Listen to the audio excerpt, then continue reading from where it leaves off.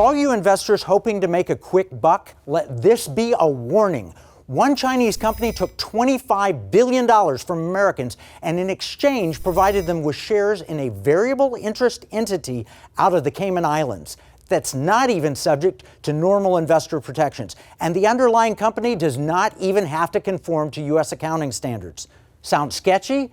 The truth is that at any point, the Chinese government could deny the structure and Americans would get nothing for their $25 billion.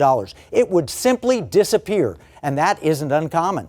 There are other Chinese companies who've admitted fraudulent accounting and investors have lost big. And this is not just a bad investment. Something like $3 trillion of American money has been sucked up by Chinese companies, and in return, we've gotten little slips of paper that one day might prove worthless. This is a form of unrestricted warfare.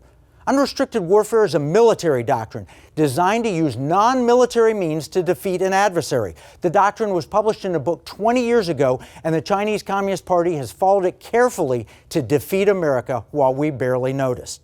20 years ago, the Chinese economy was a fraction of the size of ours today.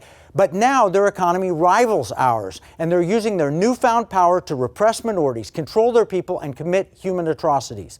In unrestricted warfare, the Chinese said financial warfare, in which a country is subjugated without a drop of blood being spilled, means entering and subverting banking and stock markets. They called it financial warfare, a hyper-strategic weapon. We've lost jobs and entire industries. We no longer manufacture basic necessities like medicines or surgical masks.